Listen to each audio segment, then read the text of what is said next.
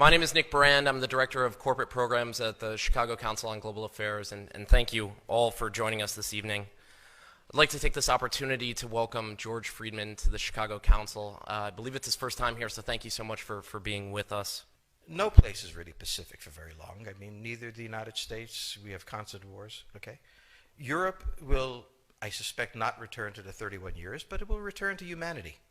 They will have their wars, they will have their peace, they will live their lives. It will not be 100 million dead, but the idea of the European exceptionalism, I think, is the one suffering the first death. There will be conflict. There was conflict in Yugoslavia, and there's certainly conflict now in Ukraine. As to the relationship to the United States, we no longer have a relationship with Europe. We have a relationship with Romania, we have a relationship with France. There is no Europe to have a relationship with. Yes, the gentleman in the fourth row over here. Excuse me. By the way, I'm a subscriber. Thank you. Is Islamic extremism really the major threat to the United States, and will it die on its own, or will it keep growing? It is a problem to the United States. It is not an existential threat. It has to be dealt with, but it has to be dealt with proportionately. We have other foreign policy interests. So, the primordial interest of the United States, over which for a century we have fought wars, the First, Second Cold War, has been the relationship between Germany and Russia, because united they are the only force that could threaten us, and to make sure that that doesn't happen. If you're a Ukrainian, is essentially reach out to the only country that will help you, which is the United States. Last week, 10 days ago, General Hodges, Commander U.S. Army Europe, visited Ukraine. He announced that U.S. trainers would now officially be coming, not just unofficially coming. He actually pinned medals on Ukrainian fighters, which by protocol of the military is not the way. Foreigners don't get to pin on, medals, but he did, showing that this was his army. He then left and in the Baltics announced that the United States would be pre-positioning armor, artillery, and other equipment in the Baltics, Poland, Romania, and Bulgaria, which is a very interesting point.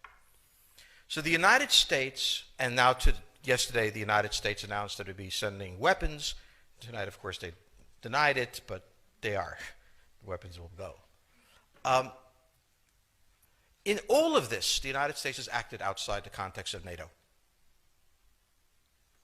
Because NATO has to have a 100% vote. Any one country can veto anything. And the Turks will veto it just for giggles.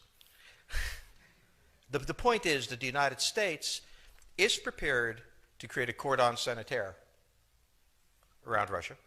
Russia knows it. Russia believes that the United States intends to break the Russian Federation. I think that, as Peter Lorre put it, we don't want to kill you, we just want to hurt you a little bit. Either way, we are back at the old game.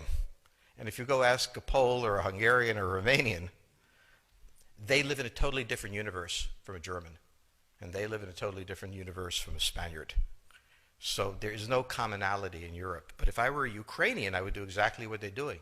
Try to draw the Americans in. All right, next question, please. The United States has a fundamental interest. It controls all the oceans of the world. No power has ever done that. Because of that, we get to invade people and they don't get to invade us. It's a very nice thing. Maintaining control of the sea and control of space is the foundation of our power. The best way to defeat an enemy fleet is to not let it be built. The way the British managed to make certain that no European power could build a fleet was to make sure the Europeans were at each other's throats. The policy that I would recommend is the one that Ronald Reagan adopted toward Iran and Iraq.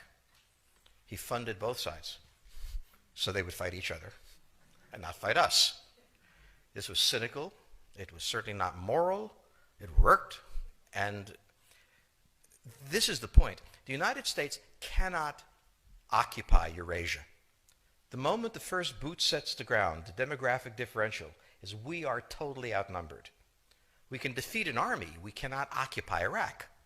The idea that 130,000 men would occupy a country of 25 million, well, the ratio in New York of cops to citizens was greater than we had deployed in Iraq. So we don't have the ability to go across, but we do have the ability to, first, support various contending powers so they concentrate in themselves with political support, some economic support, military support, advisors, and in extremis do what we did in Japan, in Vietnam, in Iraq, and in Afghanistan, spoiling attacks. The spoiling attack is not intended to defeat the enemy. It's intended to throw him off balance. What we did in each of these wars, in Afghanistan, for example, is we threw Al-Qaeda off balance. The problem we have, since we're young and stupid, is that having thrown them off balance, instead of saying, okay, job well done, let's go home, we said, well, that was easy. Why don't we build a democracy here? This was the moment of dementia that came in. The answer, therefore, is the United States cannot constantly be intervening throughout Eurasia. It must be selectively intervening and very rarely. That is the extreme moment. We cannot, as the first step, send American troops. And when we send American troops, we have to clearly understand what the mission is, limit it to that, and not develop all sorts of psychotic fantasies. So hopefully we've learned that this time. It takes a while for kids to learn lessons. But I think you're absolutely right. We cannot, as an empire, do that. Britain didn't occupy India. It took various Indian states and turned them against each other and provided some British officers for an Indian army. The Romans did not send vast armies out there. It placed kings like, various kings it created under the emperor, and those kings were responsible for maintaining the peace. Pontius Pilate was an example. So empires that are directly governed by the empire, like the Nazi Empire, fail. No one has that much power. You have to have a level of cleverness. However, our problem is not yet that. It is actually admitting that we have an empire. So we haven't even gotten to that point where we don't think we can kind of go home and it'll be over and done. And so we're not even ready for chapter 3 of the book. Next question, please. Yes, the gentleman right here in the fourth row.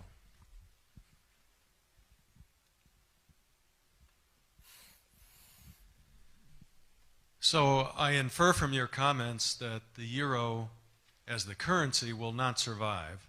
The question on the table for the Russians is, will they retain a buffer zone that's at least neutral? Or will the West penetrate so far in the Ukraine that they're 70 miles away from Stalingrad and 300 miles away from Moscow? For Russia, the status of Ukraine is an existential threat. And the Russians cannot let go. For the United States, in the event that Russia holds onto the Ukraine, where will it stop?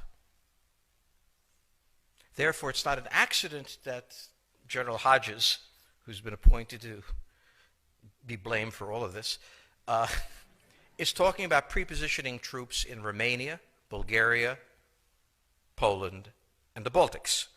This is the intermarium, from the Black Sea to the Baltic, that Pilsudski dreamt of. This is the solution for the United States.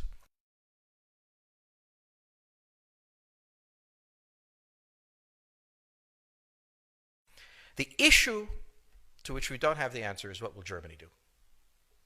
So the real wild card in Europe is that as the United States builds its cordon sanitaire, not in Ukraine, but to the west, and the Russians try to figure out how to leverage the Ukrainians out, we don't know the German position. Germany is in a very peculiar position. Its former Chancellor Gerhard Schroeder is on the board of Gazprom. They have a very complex relationship to the Russians. The Germans themselves don't know what to do. They must export. The Russians can't take up the export. On the other hand, if they lose the free trade zone, they need to build something different.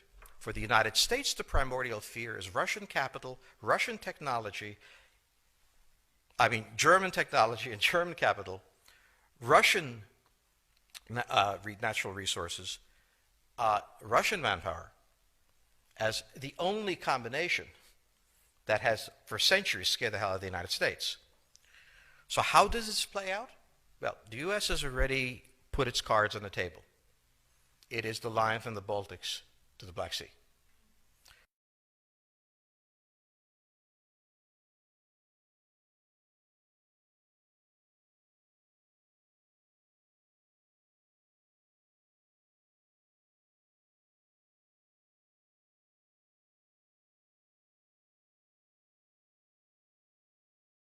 For the Russians, their cards have always been on the table. They must have at least a neutral Ukraine, not a pro-Western Ukraine.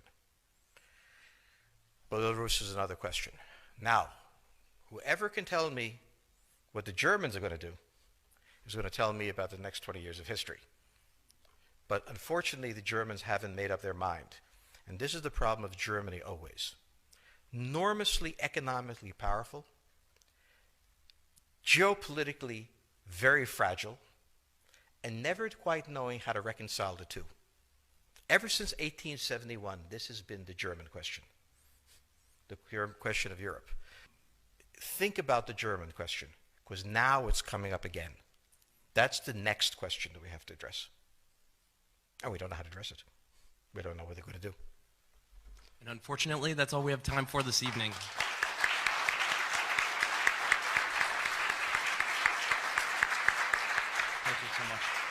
Thank you so much, George Friedman. He'll be signing copies of his book in the rear of the room. Thank you as well to the Chicago Club for co-sponsoring this evening. Good night.